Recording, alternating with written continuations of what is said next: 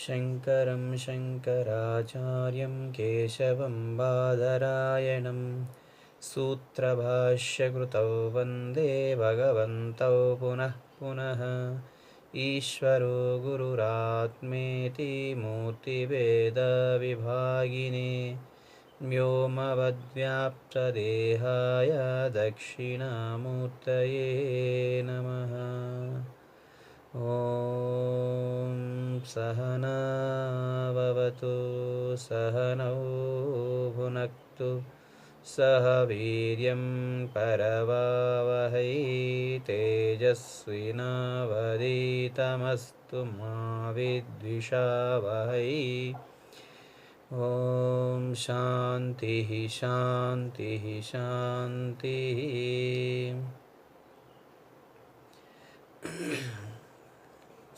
ఓం శ్రీ గురుభ్యో నమః.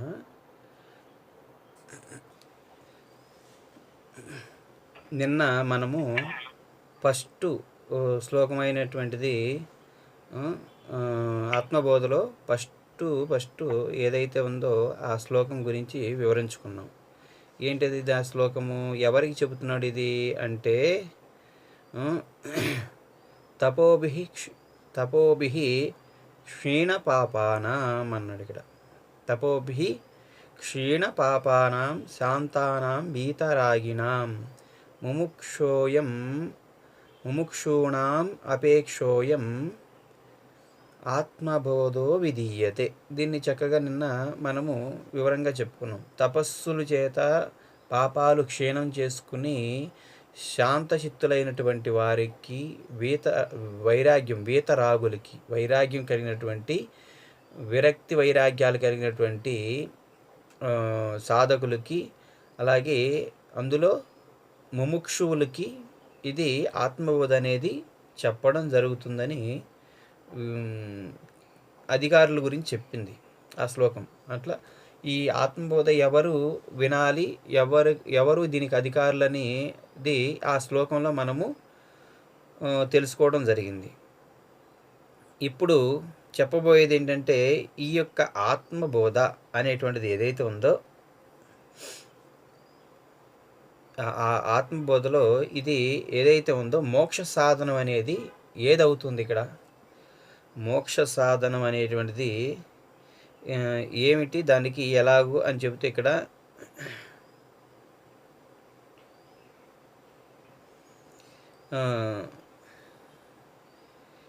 దానికి రెండవ శ్లోకంలో చెప్తున్నాడు అనమాట. మోక్ష సాధనకి ఏవి ఉపయోగపడుతుంది దానికి ఉదాహరణ రూపంలో కూడా వివరిస్తున్నాడు అనమాట. దీంట్లో ఆ రెండవ శ్లోకం ఒకసారి చెప్పుకుందాం. బోధో అన్యః సాధనేభ్యో హి సాక్షాన్మోక్షైక సాధనం పాకస్య వహ్నివజ్ఞానం వినా మోక్షో న సిద్ధ్యతి. బోధో అన్యః సాధనేభ్యో హి సాక్షాన్మోక్షైక సాధనం పాకస్య వహ్నివజ్ఞానం వినా మోక్షో న సిద్ధ్యతి. అంటే దీంట్లో చాలా విశేషంగా చెబుతున్నాడు అనమాట. ఇది బోధ అని అంటే జ్ఞానము. బోధ అంటే ఇక్కడ ఏంటంటే ఈ యొక్క జ్ఞానం అనేది అన్య సాధనేభ్యోహో అంటున్నాడు ఇక్కడ. ఇతర సాధనల కంటే బోధ ఆత్మబోధ ఏది ఆత్మజ్ఞానం ఏదైతే ఉందో ప్రత్యక్షమైనటువంటి మోక్ష సాధనం అవుతుంది అంటున్నాడు. ఆత్మజ్ఞానంకి అంటే ఆత్మకు సంబంధించిన జ్ఞానం లేకుండా మోక్షం అనేది సిద్ధించదు.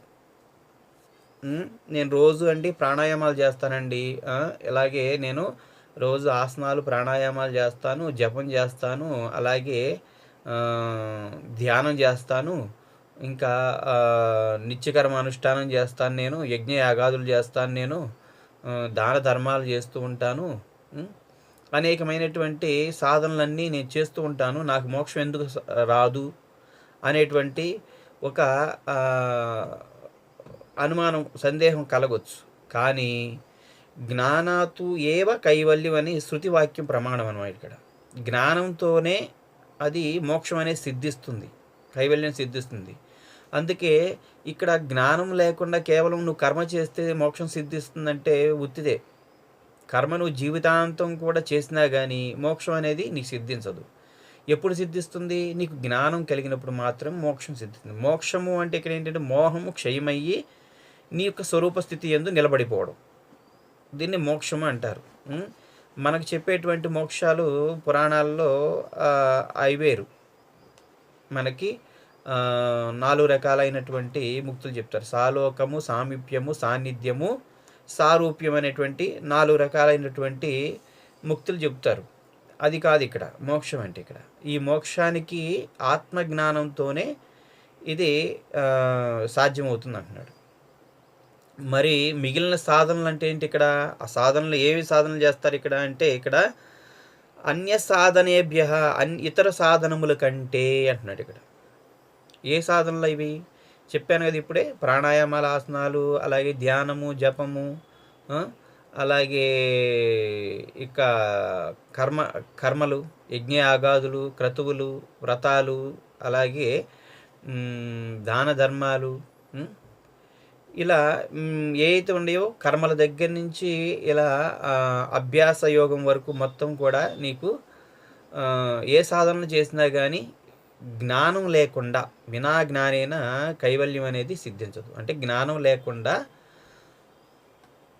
కైవల్యం సిద్ధించదు, మోక్షం సిద్ధించదు. మరి దానికి ఉదాహరణ ఏమంటున్నాడు? పాకస్య వహినివత్ జ్ఞానం వినా మోక్షో న సిద్ధ్యతి. వహినివత్ అంటే అగ్ని వలే. అగ్ని వలే అని ఎందుకన్నాడు అంటే, వంట చేయడానికి అగ్ని ఏ విధంగా సాధన అవుతుందో అలాగే జ్ఞానం లేకుండా మోక్షం అనేది సిద్ధించదు. మనము వంట చేయడానికి ఏం చేస్తాము? ఇప్పుడైతే గ్యాస్ అనేటువంటిది వచ్చేసింది. ఇటువరకు అయితే మనకు ఇప్పుడు కూడా పల్లెటూరులో, మన గ్రామాల్లో చూస్తే మనకి వంట చేయడానికి వేటిని ఉపయోగిస్తారు? వంట చెరకు. మనకి ఎండిపోయినటువంటి కట్టెలు, పుల్లలు ఇవన్నీ తీసుకొచ్చి సమకూర్చుకుంటారు. ముందు మనం కట్టెలన్నీ తీసుకొచ్చి పెట్టి మనం పాత్రలో బియ్యము, నీళ్లు అన్నీ కూడా సరి చేసి పెట్టుకున్నా కానీ, అన్నీ అంటే వంట తయారు చేయడానికి పాత్రలో సిద్ధం చేసి పెట్టినా కానీ, వంట సామాను, కట్టెలు రెడీగా పెట్టినా కానీ వంట తయారవుతుందా అంటే వంట తయారవ్వదు. ఏం కావాలి? ఈ రెండింటికి మధ్యలో అగ్ని కావాలి, వహిని. ఈ అగ్ని అనేటువంటి సాధనం అనేది మధ్యలో లేకపోతే నీకు వంట ఏ విధంగా తయారవ్వదో, అదేవిధంగా నీకు ఈ సాధనలు, కర్మలు, ఈ ధ్యానాలు, జపాలు ఇవన్నీ కూడా కర్మలు, అభ్యాస యోగాలు ఇవన్నీ కూడా నువ్వు చేస్తున్నా కానీ జ్ఞానం అనేది మధ్యలో లేకపోతే, అంటే ఆత్మకు స్వరూపానికి సంబంధించినటువంటి జ్ఞానం అనేది నీకు పరోక్ష జ్ఞానం, శాస్త్ర జ్ఞానం, గురువు వాక్యాలు ద్వారా శాస్త్ర జ్ఞానం, నీకు పరోక్ష జ్ఞానం అనేది నీకు లభించకపోతే నీకు ఆ అనుభవ జ్ఞానం అనేది కలగదు, మోక్షం అనేది సిద్ధించదు. అందుకే మొట్టమొదటిగా ఏంటి? శ్రవణము, దాన్ని చింతన, మననము, తర్వాతే నిధిధ్యాస. మనం ఏం చేస్తున్నారు? చాలామంది ఏం చేస్తున్నారంటే ఇక ధ్యానమే అల్టిమేట్ గోల్గా పెట్టుకుని ఏంటంటే నిరంతరం కూడా ధ్యానం చేయటమే ఒక లక్ష్యంగా పెట్టుకుంటున్నారు. ధ్యానం వల్ల అన్నీ సిద్ధించేస్తాయి అనుకుంటున్నారు. మనకి ధ్యానం వల్ల సిద్ధించడం అంటే అది సరైనది కాదు. మనకి ధ్యానానికి మూలం ఏంటంటే జ్ఞానం ఉండాలి. మనము ధ్యానం ఎందుకు చేస్తున్నాము? ధ్యానంలో దేన్ని లక్ష్యంగా పెట్టుకోవాలి? ధ్యానం అంటే ఏంటి అసలు తెలియాలి. ధ్యానం అంటే ఏంటి? మనము చాలామంది ఇప్పుడు ఉన్నటువంటి పరిస్థితుల్లో మనం కింద పరిశీలన చేస్తే అనేక మంది అనేక రకాలుగా చేస్తూ ఉంటారు. ధ్యానము అంటే మన శాస్త్రం చెప్పింది ఉపాసన అంటారు. ధ్యేయాచింత అనేటువంటి ధాతు నుంచి ధ్యానము అంటే ధ్యేయాన్ని చింతించేటువంటి స్థితి అన్నమాట. అంటే ఆ లక్ష్యం ఏదైతే ఉందో దాన్ని, సాకారమైనటువంటి లక్ష్యాన్ని నీవు చింతన చేయడానికి చేసేటువంటిది ఏదైతే ఉందో దాన్ని ధ్యానము అంటారు. సాకారం నుంచి నిరాకారానికి వెళ్ళాలి తప్ప డైరెక్ట్గా నిరాకారానికి వెళ్ళడానికి అవకాశమే లేదు ఇక్కడ. అందుకే ధ్యానం చేయటానికి మనకి 6 అధ్యాయంలో మనకి చక్కగా ఏ విధంగా నువ్వు సాకార ధ్యానం చేయాలో, ఏ విధంగా ఉపాసన చేయాలో చక్కగా కృష్ణ భగవానుడు అక్కడ 6 అధ్యాయంలో చాలా చక్కగా వివరించాడు. ఎలాంటి ప్రదేశంలో కూర్చోవాలి, ఏ విధంగా మనము ఎటువంటి ప్రదేశంలో కూర్చోవాలి, ఏ విధంగా ఆసనం వేసుకోవాలి, ఏ విధంగా మనసుని ఏకాగ్రత చేయాలి, ఏ విధంగా మనస్సుని ఎక్కడ పెట్టాలి, మనసుని హృదయస్థానంలో కానీ భ్రూమధ్యంలో కానీ మనకి ఎక్కడైతే ఈ చెప్పినటువంటి ప్రదేశాల్లో అనుకూలంగా ఉందో అక్కడ పెట్టి మనసుని అటు ఇటు వెళ్లకుండా మనసుని అంతర్ముఖం చేసేటువంటి విధానాన్ని చక్కగా వివరించి చెప్పారు శ్రీకృష్ణ భగవానుడు అక్కడ. అలా చెప్పి వివరించాడు. అది ధ్యాన ప్రక్రియ.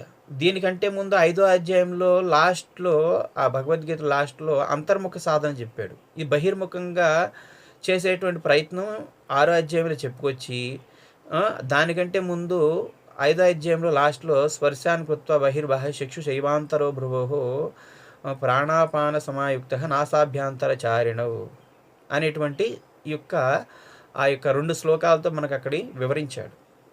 అది అంతర్ముఖ సాధన. దాన్ని 6వ అధ్యాయంలో నీకు బహిర్ముఖంగా చేసే ప్రయత్నము, బాహ్యమైనటువంటి ప్రయత్నం గురించి చెప్పాడు. అంటే నువ్వు శుచి అయినటువంటి ప్రదేశంలో మనం ఒక ఆసనం వేసుకుని దాని మీద కూర్చునే విధానము, మన శరీరం నిలబెట్టేటువంటి విధానము, అలాగే మనసుని ఏకాగ్రతం చేసేటువంటి విధానము, మనసు ఏకాగ్రత చేసిన తర్వాత చేయవలసినటువంటి అభ్యాసం గురించి,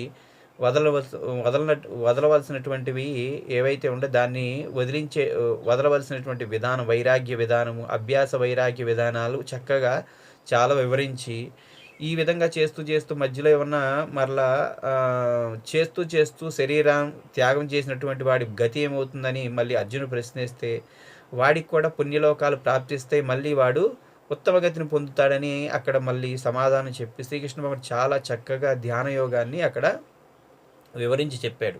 ధ్యానం అంటే అది.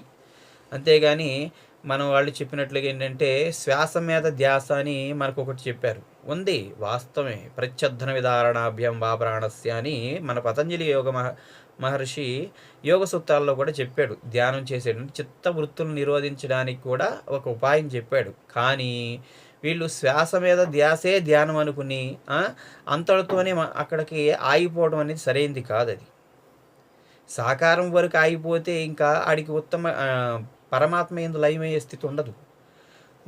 నిరాకారమైనటువంటి దాన్ని ఉపాసన చేసే విధానము మన వేదాంతం చెబుతుంది.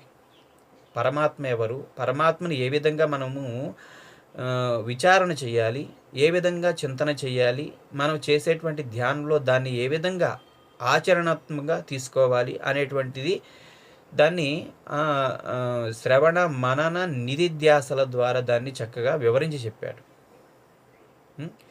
దాన్ని నువ్వు సాకారం నీకు గోల్ సిద్ధించిన తర్వాత నిరాకారంలో ఈ విధంగా దాన్ని చింతనతో ముందుకు వెళ్ళాలి.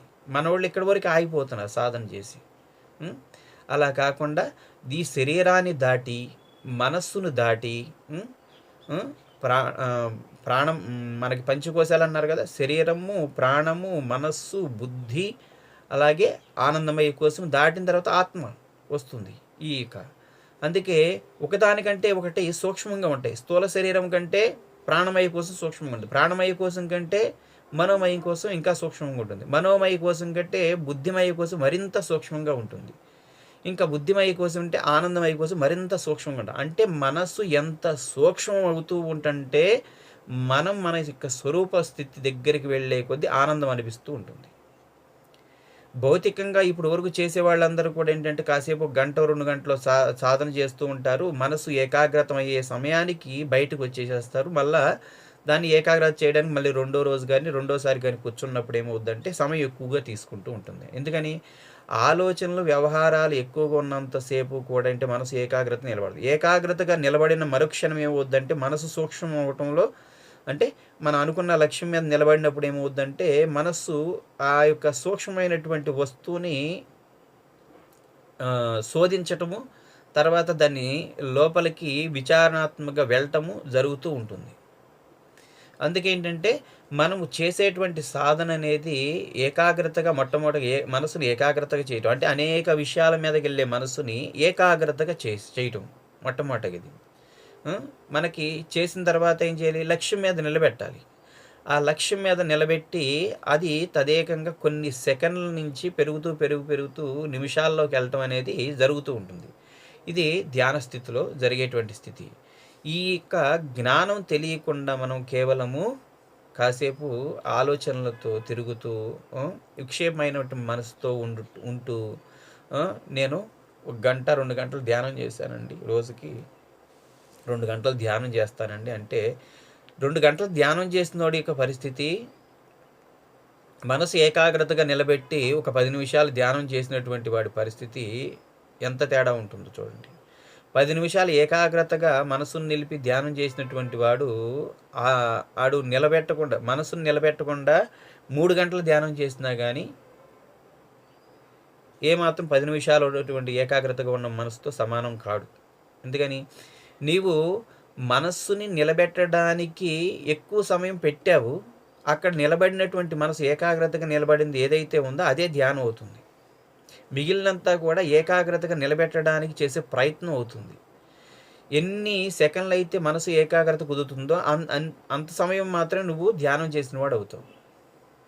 మిగిలినంతా కూడా నువ్వు ధ్యానానికి ప్రయత్నం మాత్రమే చేస్తున్నావు. అంతేగాని నేను 2 గంటలు చేస్తాను రోజుకి, నేను 3 గంటలు చేస్తానని ధ్యానము అంటే నువ్వు ఆ 2 గంటలు 3 గంటలు చేసినా కానీ దాంట్లో మనసు ఎంత సమయం అయితే ఏకాగ్రత అవుతుందో అంత సమయం మాత్రం నువ్వు ధ్యానం చేసినవాడు.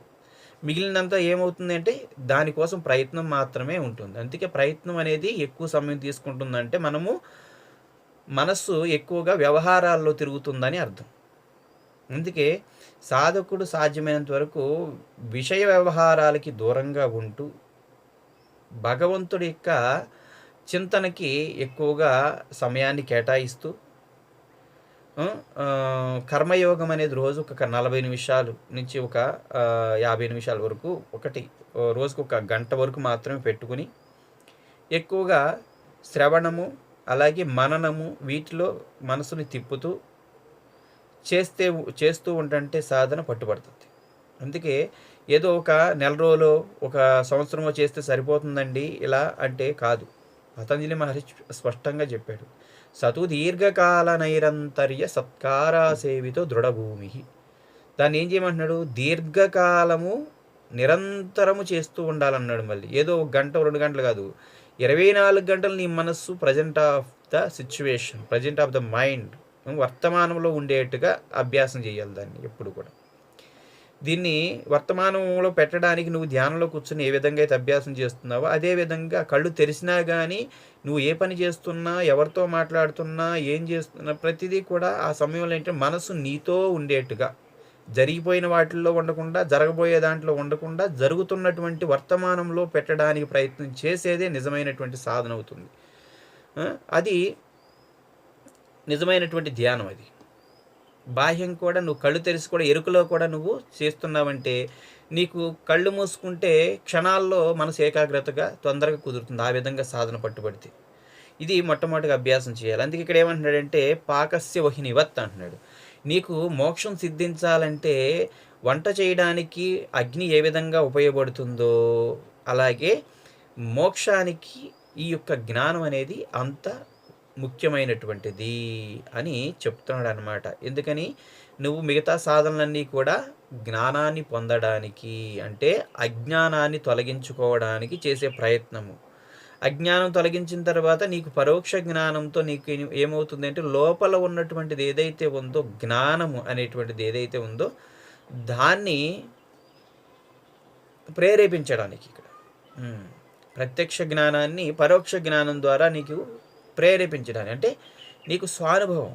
ఆ జ్ఞానోదయం కలిగిన మరుక్షణం ఏముందంటే మనకు చీకట్లో, ఉదాహరణకి చీకట్లో మనము వెళ్తూ ఉండగా ఒక తాడు పడి ఉన్నప్పుడు ఆ తాడును చూసి మనము ఒక భ్రాంతిని పొందుతాం.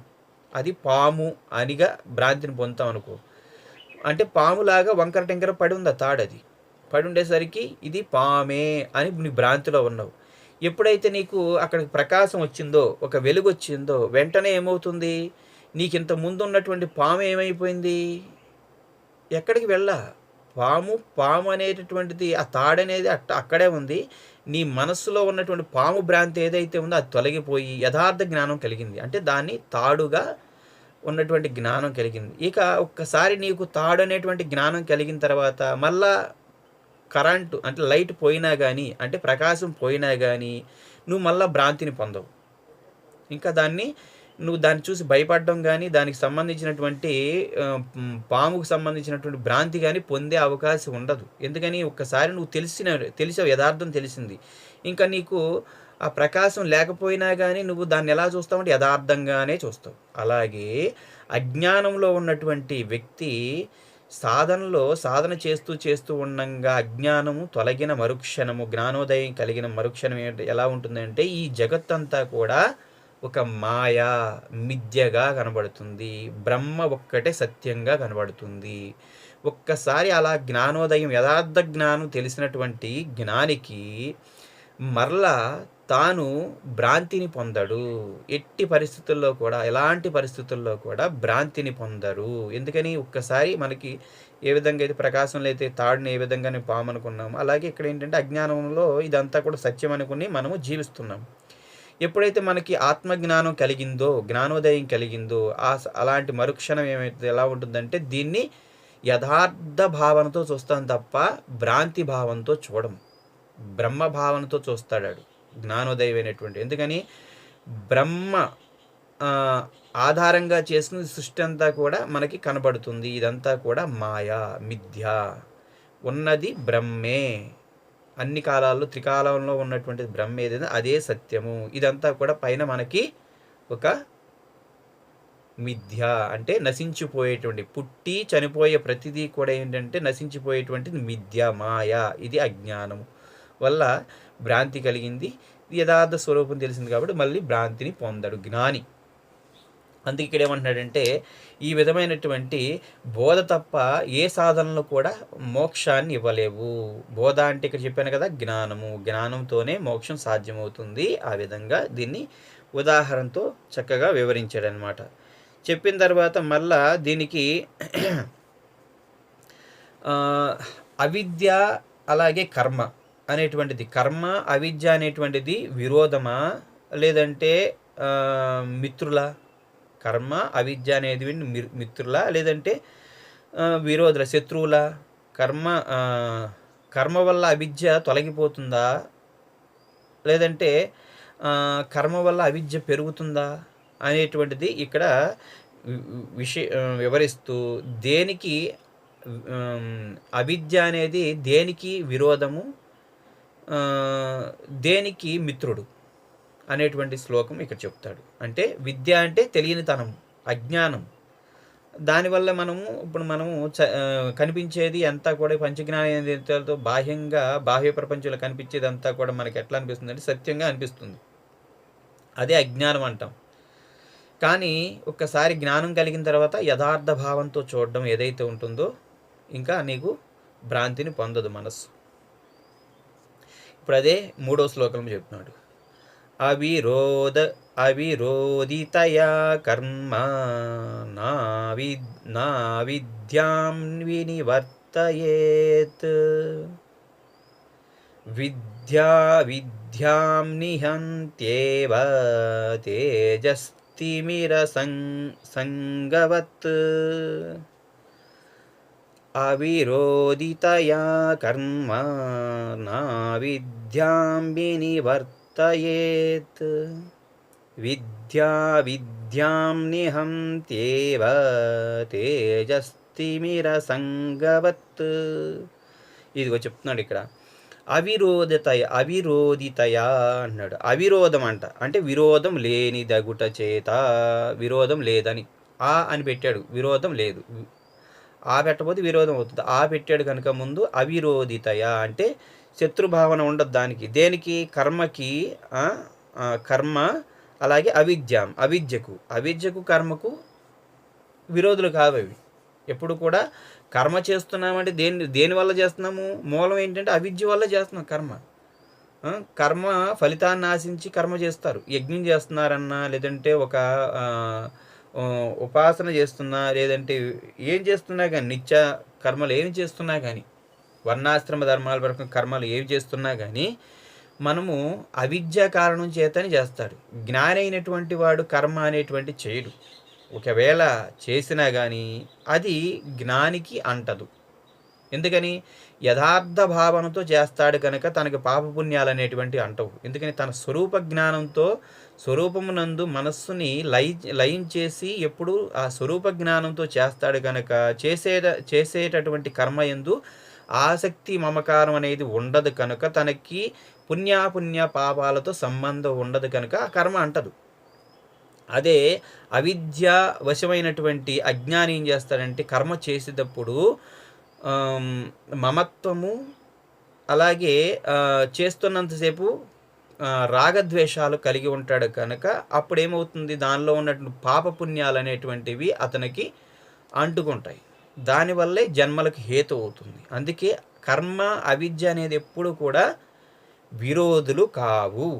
ఎందుకని? అవిద్య వల్లే కర్మ చేస్తాడు. కర్మ చేయటం వల్ల నీకు పాపపుణ్యాలు ప్రాప్తిస్తాయి. పాపపుణ్యాల వల్ల మళ్ళీ ఏమవుతుంది? మళ్ళా జన్మలకు హేతు అవుతుంది. జన్మలకు హేతు అవ్వడానికి కారణం ఏంటి? కారణ శరీరంలో ఉన్నటువంటి ఈ యొక్క అవిద్య మూలం అనమాట. అందుకే ఇక్కడ ఏంటంటే ఈ కర్మ చేసినంతసేపు ఎలా ఉంటాడు మనిషి? నేను చేస్తున్నాను, నేను అనుభవిస్తున్నాను, నా వల్ల జరిగింది, నేనే కారణము అనేటువంటిది ఉపాధి ఆధారంగా చేస్తుంది. ఉపాధితో తాను ఆత్మని అనాత్మని ఆత్మభావంతో చెప్తాడు. అనాత్మ వస్తువుని ఎలా చూస్తాడంటే ఆత్మభావంతో చూస్తూ నేను చేస్తున్నాను, కర్త ధర్త నేనే అని అనాత్మ వస్తువు అయినటువంటి ఈ శరీరాన్ని ఆత్మభావనతో చూస్తూ కర్మ చేస్తూ ఉంటాడు. దానివల్ల ఏమవుతుందంటే ఈ పాపపుణ్యాలు ఏవైతే ఉన్నాయో ఆ యొక్క కర్మలు అంటుకుంటూ ఉంటాయి అన్నమాట. అందుకే అవిద్య అనేది అవిరోధం. వినివర్తయేత్ అంటున్నాడు ఇక్కడ.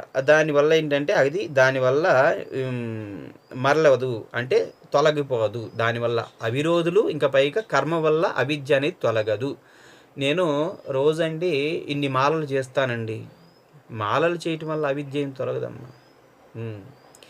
కేవలం ఏంటంటే అవిద్య అనేది నీకు తొలగాలంటే దానికి దేనివల్ల తొలుగుతుంది చెప్తాడు. విద్య వల్ల తొలుగుతుంది, జ్ఞానం వల్ల తొలుగుతుంది. ఏం జ్ఞానం అండి? నీవు రోజు నేను నిత్యానుష్ఠానం చేస్తానంటే ఉదయం పూట సాయంత్రం పూట, దానివల్ల ఏమవుతుంది? నీకు పుణ్యం ప్రాప్తిస్తుంది. ఆ పుణ్యం ప్రాప్తిస్తే ఏమవుతుంది? నీకు దుఃఖాన్ని కలిగించే పాపం ఏదైతే ఉందో శారీరక మానసికంగా అది దూరం అవుతుంది. ఈ పుణ్యఫలంతో నువ్వేం చేయాలి?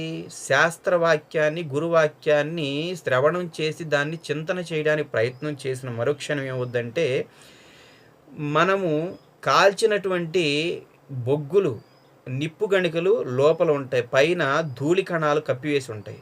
మనం ఎప్పుడైతే పరోక్ష జ్ఞానాన్ని మనం వింటూ ఉంటామో లోపల ఆ యొక్క ఏదైతే ఉందో కప్పి ఉందో ధూళి కణాలు, ఆ జ్ఞానం పైనటువంటి ఉన్నటువంటి లేయర్ ఏదైతే ఉందో ఊదబడుతుంది. మనం ఊదితే నిప్పు ఏ విధంగా పైకి ప్రజ్వలిస్తుంది, అదేవిధంగా ఈ యొక్క పరోక్ష జ్ఞానం, శాస్త్ర జ్ఞానం ఏదైతే ఉందో నీకు లోపల ఉన్నటువంటి నీ యొక్క స్వరూప జ్ఞానాన్ని స్మరణ చేస్తూ ఉంటుంది. చేస్తున్నప్పుడు నువ్వు విచారణతో దాన్ని చింతనతో చేస్తున్న మరుక్షణం ఏమిటంటే దానిపైన ఉన్నటువంటి పొర ఏదైతే ఉందో ఆవరణము అలా తొలగుతూ ఉంటుందన్నమాట.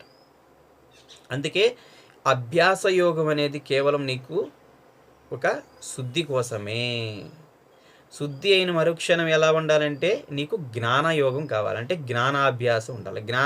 అభ్యాసం అంటే స్వాధ్యాయులు అంటే స్వాధ్యాయ గ్రంథాలు చదవటం కానీ, సత్సంగాలు వినడం కానీ, గురువాక్య శ్రవణం చేయటం కానీ, గురువాక్యాలు ప్రవచనాలు సత్సంగాలు వినటం వల్ల కానీ ఇది జ్ఞానాభ్యాసం అంటారు. అందుకే అభ్యాస యోగం ఏమైనా బాహ్య ప్రయత్నం అయితే జ్ఞానాభ్యాసం అనేది చాలా విశేషంగా ఉండాలి. అందుకే శ్రేయాత్ జ్ఞానం అభ్యాస జ్ఞానాత్ ధ్యానం విశిష్యతే జ్ఞానాత్ కర్మఫలత్యాగం త్యాగాత్ శాంతిరనంతరం అని చక్కగా భగవద్గీతలో చెప్తాడు. అభ్యాస యోగం కంటే జ్ఞానయోగము చాలా గొప్పది అన్నాడు. జ్ఞానయోగం అంటే ఏంటి? ఇక్కడ సత్సంగం, స్వాధ్యాయం ఇవన్నీ కూడా వస్తాయి దీంట్లో. స్వాధ్యాయము ఇవన్నీ కూడా నీవు ఏదైతే విచారణ చేస్తూ ఉంటావో ఆత్మజ్ఞానాన్ని విచారణ జరగడానికి సహాయం చేసేటువంటి స్వాధ్యాయ గ్రంథాలు గానీ, సత్సంగ ప్రవచనాలు గానీ, ఇవన్నీ కూడా నీకు జ్ఞానాభ్యాసం కింద వస్తాయి. అందుకే నీకు అభ్యాస యోగం కంటే జ్ఞానయోగం చాలా ఉత్తమమైనది అని చెప్తారు. అందుకే జ్ఞానయోగం కంటే నీకు తర్వాత విన్న తర్వాత ఏం చేయాలి? జ్ఞానం యోగంతో ఆపేయకూడదు. దాన్ని ఏమని మననం చేసి చింతన చేసిన తర్వాత ఏంటంటే నిధిధ్యాస, ధ్యాన యోగం చాలా ముఖ్యమైనది, చాలా విశేషమైనది అన్న. అందుకే నీ యొక్క చింతన ఎక్కడ ఉండాలి? మళ్ళీ నిధిధ్యాస మీదకి వెళ్ళేటట్టుగా ఉండాలి. అది దీనికంటే ఎన్నో రెట్లు ఫలితం ఇస్తుందన్నమాట. ఆ ధ్యానంలో ఏమవుతుంది? ఇక మనసులో ఏదైతే సంస్కారం ఉందో దృఢమైపోతూ ఉంటుంది ధ్యానం వల్ల. ధ్యానం చేయగా చేయగా మనసు ఏకాగ్రతతో చేయగా చేయగా ఏమవుద్దంటే లయం అవటం మొదలవుతుంది. ఆ లయంలో నీకు ధ్యానంలో అంటే ఏంటంటే అభ్యాసం వైరాగ్యం, అంటే అభ్యాస వైరాగ్యాలతో ధ్యానం జరుగుతుంది. అప్పుడు నువ్వేం చేస్తావంటే ఏవైతే నీకు విషయ సంసారం ఉందో, విషయాల్లోకి వెళ్ళేటువంటి ఏ స్థితి అయితే ఉందో దాన్ని త్యాగం చేయటమే వైరాగ్యం. వెళ్ళేటువంటి బాహ్యంగా వెళ్ళేటువంటి మనసుని పదే పదే లక్ష్యం మీద నిధిధ్యాసపై నిలపడమే అభ్యాసం. ఇలా జరుగుతూ ఉంటుంది. అందుకేంటంటే ఈ విధంగా కర్మ అనేది అవిద్యకు విరోధి కాదు. దానివల్ల నీకు కర్మ వల్ల నీకు అవిద్య అనేది ఎప్పుడూ తొలగదు. మరి దేనివల్ల అవుతుంది? విద్య అవిద్యాయాం నిహంత్యేవ.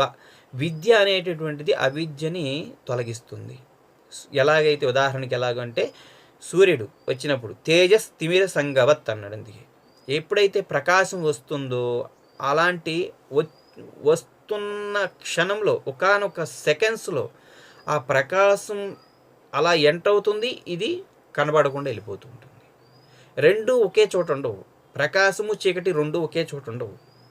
సూర్యప్రకాశం వచ్చిన మరుక్షణం ఎలా ఉంటుంది? అక్కడ అంధకారం కనబడకుండా వెళ్ళిపోతుంది. అందుకే ఇక్కడ విద్య జ్ఞానోదయం కలిగిన మరుక్షణం ఎలా ఉంటుందంటే అజ్ఞానం అనేది మనకు కనబడదు. ఇక అజ్ఞానం అనేది అక్కడ అంచు మనకు చిహ్నాలకు కూడా ఉండదు, అక్కడ గుర్తులకు కూడా ఉండదు. అందుకే సూర్యప్రకాశం రాగానే మనకి ఏ విధమైనటువంటి ఈ చీకటి ఏ విధంగా తొలగిపోతూ ఉంటుందో అలాగే మనకి జ్ఞానోదయం అవుతున్న క్షణం నుంచి నీకు ఎలా ఉంటుందంటే అవిద్యకు సంబంధించిన ధర్మాలు, అవిద్యకు సంబంధించినటువంటి కర్మలు నిదానంగా దూరం అయిపోతూ ఉంటాయి. వాటిపైన ఆసక్తి తగ్గిపోతూ ఉంటుంది. ఇటువరకులాగా మనము పుణ్యక్రతువులు అంటే ఏవైతే ఉన్నాయో సత్కర్మలు చేయడానికి ఇటువరకులాగా ఉత్సాహం ఆసక్తి చూపించేటువంటి మనసు ఎలా ఉంటుందంటే జ్ఞానోదయం కలిగే కొద్దీ ఆ యొక్క కర్మలు చేస్తాడు, కర్మఫలాల మీద ఆసక్తి పోతూ ఉంటుంది. కర్మఫలాల మీద ఆసక్తి పోతూ ఉంటుంది. నిదానం కర్మలను కూడా మానసికంగా వదిలిపెడుతూ నిదానంగా దూరంగా పెట్టేస్తాడు. ఇక ఎలా ఉంటుంది? ఇక పూర్తిగా స్వరూపమునందు మనస్సు లయం అవడానికి సిద్ధమైపోతూ ఉంటుంది. అందుకే ఏంటంటే జ్ఞానిని అనుకరించకూడదు అంటారు. మన అజ్ఞానులు ఏం చేస్తారంటే జ్ఞానిని అనుకరిస్తూ ఉంటారు. రమణ మహర్షి అంట కేవలం ధ్యానం చేస్తూ ఉండేవాడంట.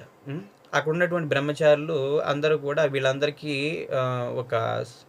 ఒక వైదిక నిత్యకర్మ అనుష్ఠానం అనేది ఉంటుంది బ్రహ్మచర్యం తీసుకున్న తర్వాత. కానీ వీళ్ళందరూ ఏం చేస్తున్నారంటే భగవాన్ రమణ మహర్షి చేయట్లేదు, ధ్యానం చేస్తే సరిపోద్ది అన్నారు కదా, ఇంకా మాకు ఇవన్నీ ఎందుకు, లేనిపోయింది మాకు కర్మల సంధ్యావందనాలు ఎందుకు, అసలు ఆయనలాగా మేము ధ్యానం చేస్తామంటే అప్పుడు ఆయన చెప్పారు అనమాట.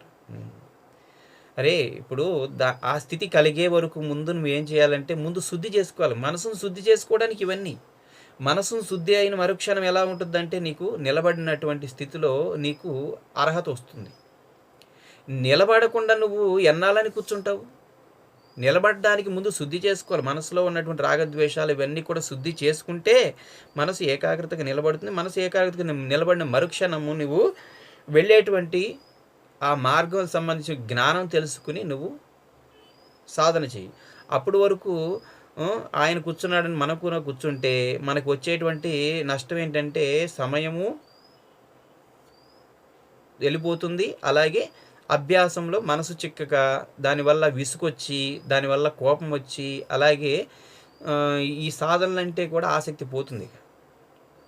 అందుకే జ్ఞానుల్ని అనుకరించకూడదు. ఆయన చేస్తున్నారు, ఆయనలాగా కూర్చోవటం, ఆయనలాగా చేయటం, ఆయనలాగా చేద్దామని తప్పు.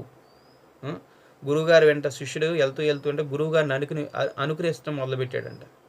గురువుగారు కూర్చుంటే కూర్చోవడం, గురువుగారు లేస్తే లేవడం, గురువుగారు నడిస్తే నడవడం, గురువుగారు ఎక్కడ మంచినీళ్ళు తాగితే అక్కడ మంచినీళ్ళు తాగడం చేస్తూ ఉంటే గురువుగారు వీడికి చెప్పాల్సింది అంటే ఒక జ్ఞానం తెలియజేయాలి, వీడికి ఒక గుణపాఠం చెప్పాలి వీడికి అంటే ఎవరిని అనుకరించాలో తెలీదు. ఇప్పుడు మాలాంటి వాళ్ళని అనుకరిస్తే ఇది ప్రమాదానికి గురవుతాడని ఒక విషయాన్ని తెలియజేయాలని ఉద్దేశంతో ఏం చేశారంటే వెళ్తూ వెళ్తూ ఒకానొక క్షణంలో ఏం చేశారంటే మంచి ఇది అనుకరిస్తున్నారు కదా గురువుని, వెళ్తూ వెళ్తూ ఒకానొక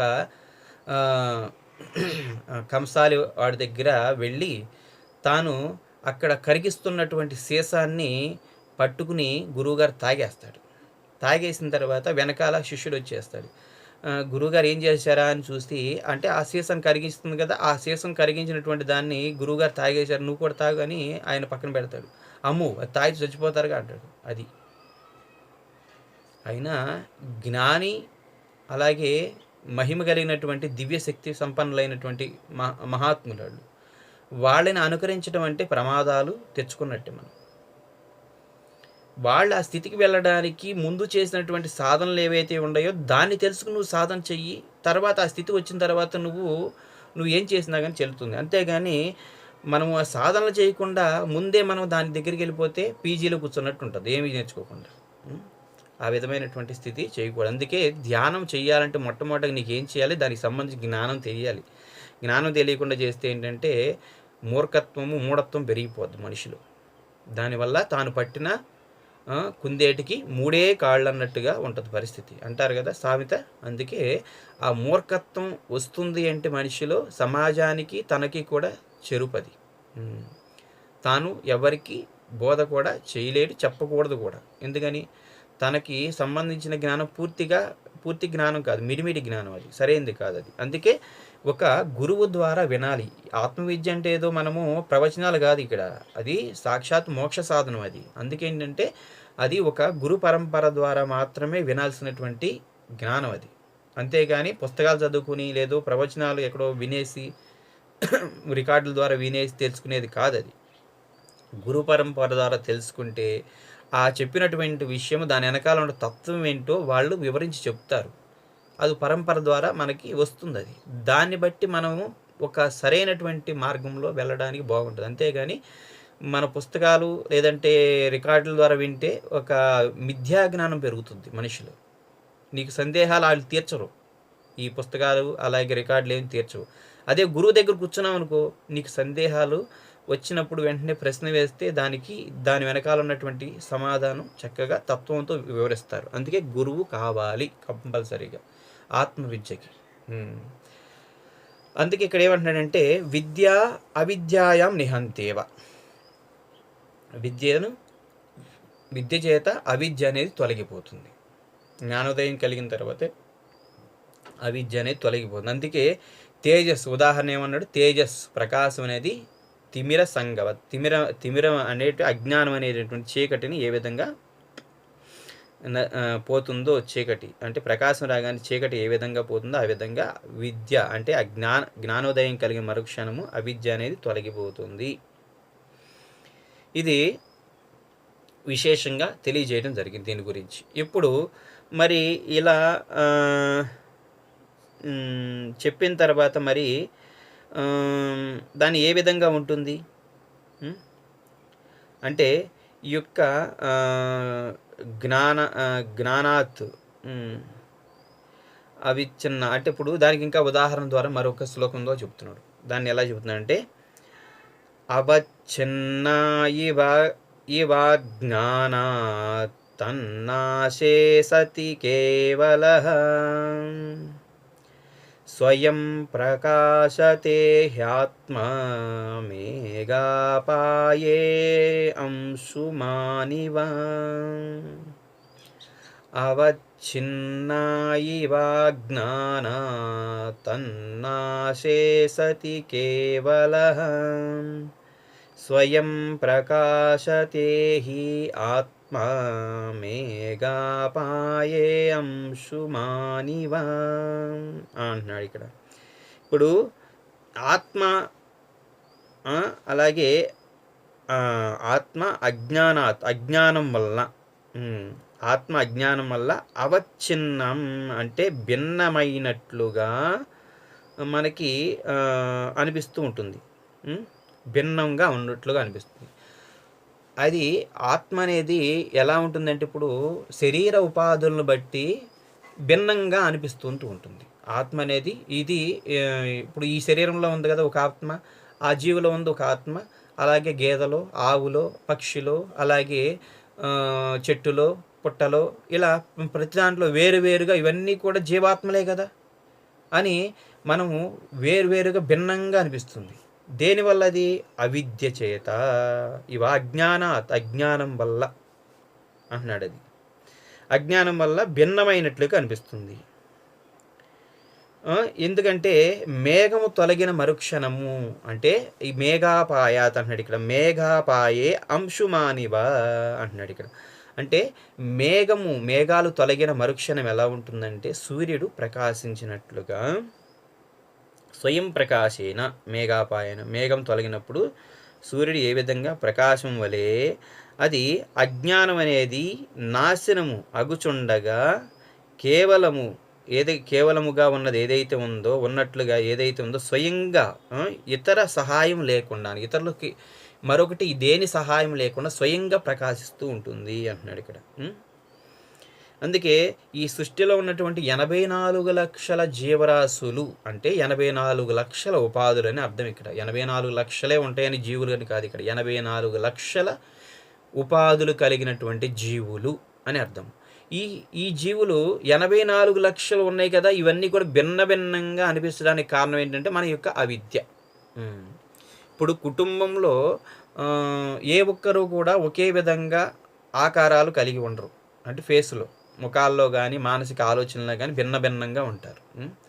అందుకే ఏంటంటే ఆ యొక్క అజ్ఞానం వల్ల ఏంటంటే వేరువేరుగా, అంటే వారిలో ఉన్నది జీవాత్మ, నాలో ఉన్నది జీవాత్మ, ఇలా పక్షులు జంతువులు అన్ని వేరువేరుగా మనకి భిన్నంగా అనిపించడానికి కారణము అజ్ఞానం. అదే జ్ఞాని అనుకో ఒకే భావన ఉంటుందన్నమాట. వీళ్ళకి ప్రతి దానిలో కూడా జీవాత్మ అంటే పరమాత్మ భావననే చూస్తాడు. ఇంత కూడా పరమాత్మ ఆధారమై ఉన్నాడు అన్నిటికీ.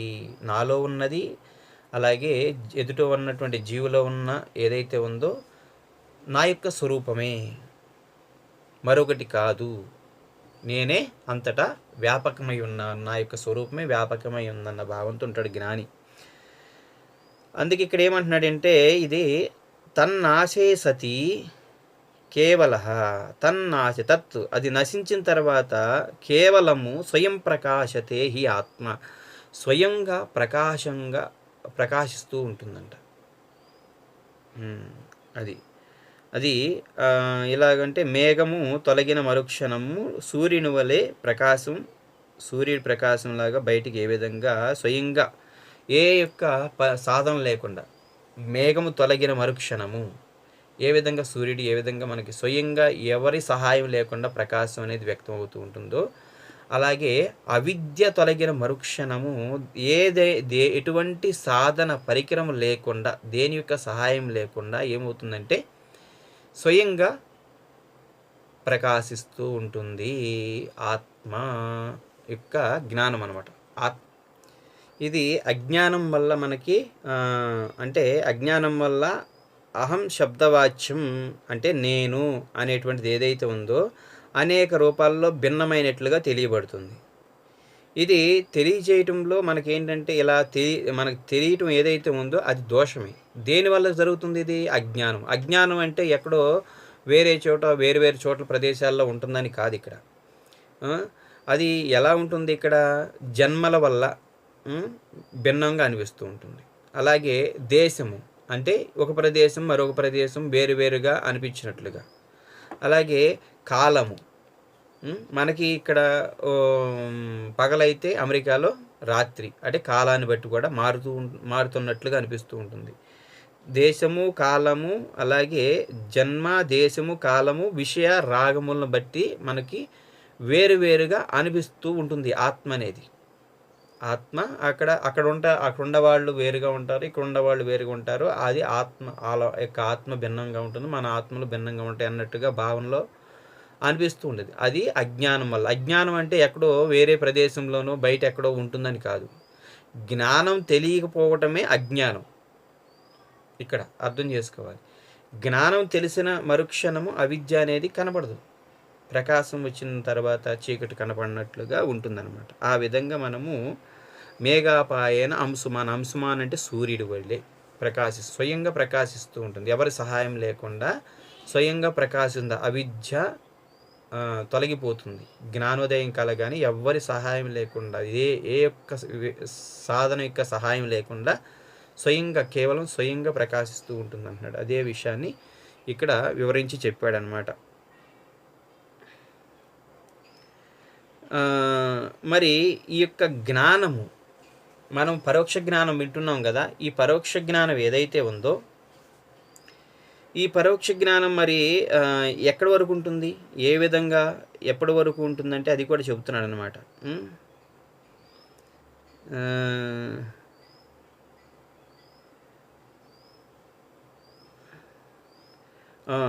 ఇది ఇప్పుడు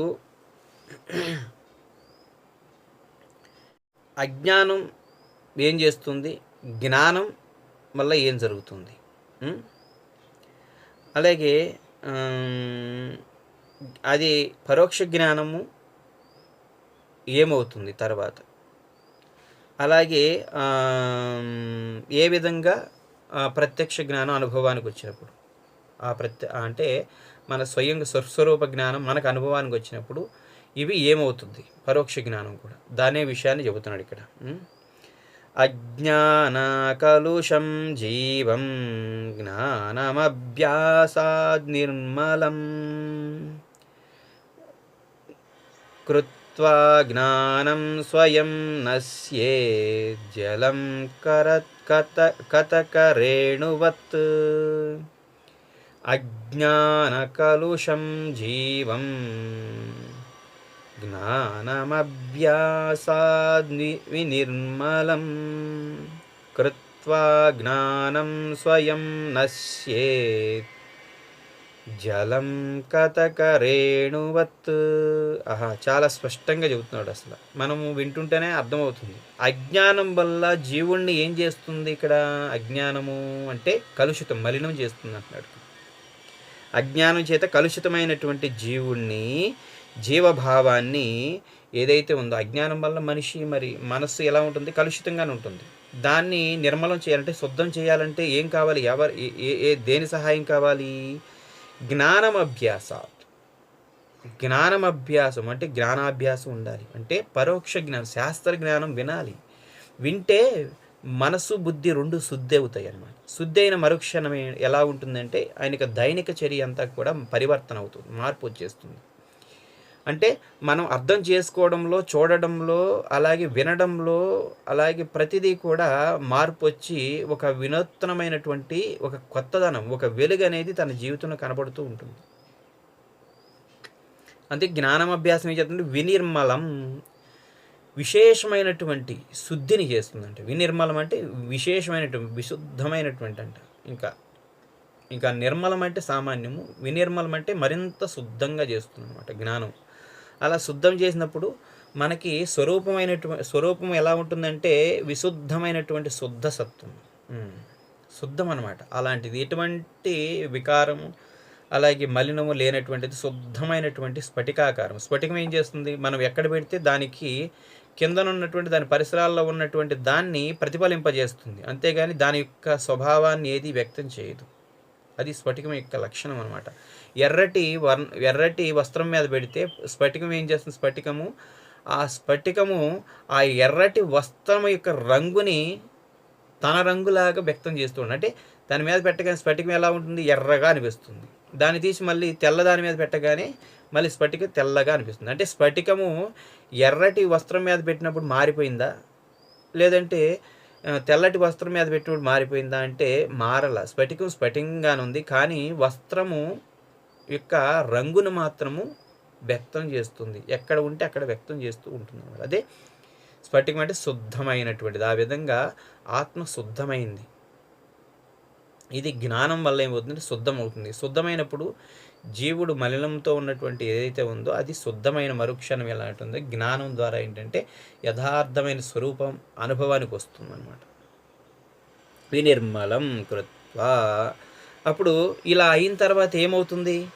ఈ పరోక్ష జ్ఞానం, శాస్త్ర జ్ఞానం నువ్వు ఒక బ్రహ్మ వృత్తి అంటారు, బ్రహ్మాకార వృత్తి అంటారు దీన్ని. అంటే నీకు బ్రహ్మస్వరూపాన్ని తెలియజేసేవంటి జ్ఞానము ఒక వృత్తి అనమాట. ఎప్పటి వరకు ఉంటుంది ఇది? నీ యొక్క స్వరూప జ్ఞానం అయ్యే వరకు ఉంటుంది. స్వరూప జ్ఞానం అయిన మరుక్షణంలో నీకు స్వరూప జ్ఞానం అనుభవానికి వచ్చిన మరుక్షణంలో ఎలా ఉంటుంది అంటే, మనము నది దాటిన తర్వాత ఏ విధంగా మనము పడవ అవసరం ఏ విధంగా అయితే ఉండదో అన్నీ వదిలిపెట్టేస్తామో, అక్కడ వదిలిపెట్టేసి నది దాటించడానికి ఉపయోగపడిన పడవను ఏ విధంగా అన్నీ అక్కడ సాధనలు వదిలిపెట్టేసి మనము మన యొక్క గమ్యానికి వెళ్ళిపోతామో, అదేవిధంగా జ్ఞానోదయం కలిగిన మరుక్షణం ఎలా ఉంటుందంటే, మనము మనము గమ్యాన్ని స్వరూప అనుభవాన్ని పొందినటువంటి మరుక్షణం ఎలా ఉంటుందంటే, ఏదైతే పరోక్ష జ్ఞానం ఏదైతే ఉందో, ఈ పరోక్ష జ్ఞానం శాస్త్రజ్ఞానం ఏదైతే ఉందో మనకి సహాయం చేసిందో అది ఎంతవరకు పనిచేస్తుందంటే మనకి ప్రత్యక్ష జ్ఞానం అయ్యే వరకు. ఆ ప్రత్యక్ష జ్ఞానం అయిన మరుక్షణం ఎలా ఉంటుందంటే ఇది కూడా స్వయంగా నష్టమైపోద్దంట. నష్టమైపోయి అది లేకుండా స్వానుభవ జ్ఞానంతో ఉంటుందంట. ఉదాహరణకి చూడండి, మనము చిల్లగింజలు అని ఇటువరకు వినే ఉంటాం. మనం ఎప్పుడన్నా వర్షపు నీరుని మనము తాగడానికి పెట్టుకున్నప్పుడు పెద్దవాళ్ళు ఏం చేసేవాళ్ళు అంటే కొట్టి దాన్ని జాగ్రత్తగా పెట్టేవాడు. పిటికిరి అంటారు. మనము పటిక్క కూడా మనకు దగ్గర పెట్టుకుంటారనమాట. ఎందుకని? నీళ్ళని స్వచ్ఛంగా చేయడానికి, శుద్ధి చేయడానికి వీటిని ఉపయోగించేవాళ్ళు. ఇటువరకు మురికిగా ఉన్నటువంటి నీళ్లు తాగడానికి కష్టం అవుతుంది కనుక వీటిని శుద్ధి చేయడానికి వీళ్ళు ఏం చేసేవాళ్ళు అంటే చిల్లగింజలు పెట్టుకునేవాళ్ళు. వాళ్ళు ఏం చేసేవాళ్ళు, ఆ చిల్లగింజల్ని పౌడర్ చేసి పెట్టుకుని కొంచెం దాన్ని ఆ యొక్క ఒక పాత్రలోకి నీళ్లు తీసుకుని దాన్ని ఆ యొక్క పౌడర్ని దాన్ని అలా వేయగానే ఏమవుద్దంటే దానిలో ఉన్నటువంటి ఈ యొక్క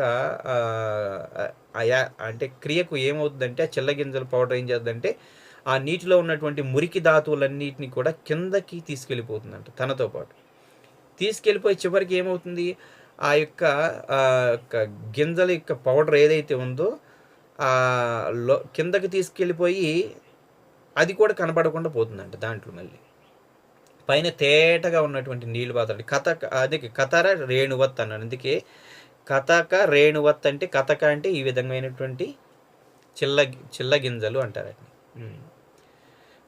అలాంటి ఒక గింజ అనమాట. మురికి నీళ్ళని స్వచ్ఛమైనటువంటి నీళ్ళుగా తయారు చేసి తాను కూడా లేకుండా పోతుంది. అలాగే మనకి జ్ఞానోదయం కలగడానికి ఉపయోగపడినటువంటిది ఏదైతే ఉందో ఈ యొక్క పరోక్ష జ్ఞానోదయం కలిగిన మరుక్షణం ఎలా ఉంటుందంటే అది కనబడకుండా పోద్దంట. మనం ముళ్ళు తీయడానికి ముళ్ళును ఉపయోగించిన తర్వాత ఆ తీసిన ముళ్ళు అలాగే ఉపయోగించినటువంటి ముళ్ళు రెండూ కూడా వదిలిపెట్టేసేస్తాము. అదేవిధంగా స్వానుభవం కలిగిన మరుక్షణం ఎలా ఉంటుందంటే మనకి ఇప్పుడు వరకు పరోక్షంగా ఉపయోగపడిన సాధనలు ప్లస్ ఈ యొక్క జ్ఞానము రెండూ కూడా వదిలిపెట్టేస్తుందంట. అంటే మనసులో ఇక దాని అవసరం ఉండదు ఇంకా. ఎందుకంటే లక్ష్యం చేరుకున్న తర్వాత ఇంకా సాధనల అవసరం ఉండదు. ఇంకా మనం పడవ దాటిన తర్వాత పడవను మళ్ళీ భుజాన వేసుకుని వెళ్ళాం కదా, అదేవిధంగా ఇవన్నీ కూడా సాధనలు అక్కడి వరకు ఉపయోగపడతాయి. గమ్యం చేరుకున్న తర్వాత దీన్ని అక్కడ వదిలిపెట్టేయడం జరుగుతుంది. అందుకే స్వయం నశ్యేత్ జ్ఞానము స్వయం నశ్యేస్తుంది. అంటే జ్ఞానం ఏ జ్ఞానం ఇది? పరోక్ష జ్ఞానం తను స్వయంగా నశించిపోతుంది, అక్కడ పడిపోతుంది. ఎందుకని? అనుభవ జ్ఞానం వెళ్ళేసరికి మిగతాది అవన్నీ కూడా ఆ జ్ఞానము సాధన నుండి కూడా అక్కడ ఆగిపోతాయి. మనము పూర్తిగా ఆ యొక్క ప్రత్యక్ష జ్ఞానాన్ని అనుభవానికి తెచ్చివేస్తుంది. అందుకే అజ్ఞానం కలుషం జీవం. జ్ఞానంతో కలుషితమైనటువంటి జీవుణ్ణి ఏం చేస్తుంది? జ్ఞానం అనేది వినిర్మలం, శుద్ధమైనటువంటి ఆత్మగా మారుస్తుంది. అలా చేసిన తర్వాత జ్ఞానం స్వయమేవ. అలా ఆ యొక్క జ్ఞానం ఏమవుతుంది? ఆ జ్ఞానం ఏదైతే శుద్ధం చేసిందో జ్ఞానం, ఆ జ్ఞానం ఏమవుతుంది? స్వయం ఏవ నశ్యేత్. అది స్వయంగా నశిస్తుంది. ఎలాగూ ఉదాహరణకి కతక రేణువత్. ఆ యొక్క చిల్లగింజ లాగా, నీటిని శుద్ధి చేసి చిల్లగింజలాగా అని చెప్తున్నారనమాట. ఆ విధంగా చెప్పాడు. ఈ యొక్క జ్ఞానం ఏదైతే ఉందో ఆత్మజ్ఞానము, నీవు జీవుడివి కాదు, నీవు తత్వమసి, అహం బ్రహ్మాస్మి, ప్రజ్ఞానం బ్రహ్మ అనేటువంటి మహావాక్యాలు శృతుల ద్వారా విని ఆ యొక్క జ్ఞానంతో, విచారణతో ఈ యొక్క అనుభవ జ్ఞానానికి వెళ్ళే సమయంలో ఏమవుద్దంటే, ఏవైతే పరోక్ష జ్ఞానం ఇప్పుడు ఏదైతే ఉందో, ఈ శృతి వాక్యాలు ఏవైతే ఉందో, శాస్త్రవాక్యాలు ఇవన్నీ కూడా అప్పుడు ఏమవుతాయి అంటే స్వయంగా అవి ఇక పని చేయకుండా ఉండిపోతాయి. ఎందుకని? అనుభవ జ్ఞానం అయిపోయింది కనుక. ఇది అందుకే ఈ విధమైనటువంటిది అజ్ఞానం ఉన్నంతకాలము నేను ఈ యొక్క శరీర ధర్మాలు నావి, నేను దీన్ని చేసేవన్నీ కూడా నాకు సంబంధించినవి అని భావించాడు. జ్ఞానం కలిగిన మరుక్షణం ఏమవుతుందంటే ఈ యొక్క ధర్మాలు వదిలిపెట్టి స్వరూప జ్ఞానంతో జీవుడు నిలిచిపోతాడు. అందువల్ల ఆ యొక్క పాపపుణ్యాలు కూడా జీవుణ్ణి బంధించవు, అంటే ఆత్మను బంధించవు, అసంగుడుగా ఉంటాడనమాట. ఈ విధంగా 5వ శ్లోకంలో చక్కగా దీని గురించి వివరించాడు. ఇంకా మిగిలిన విషయాలు మరలా ఇంకొక క్లాస్లో చెప్పుకుందాం. ఓం పూర్ణమదః పూర్ణమిదం పూర్ణాత్ పూర్ణముదచ్యతే పూర్ణస్య పూర్ణమాదాయ పూర్ణమేవావశిష్యతే. ఓం శాంతి శాంతి. ఓం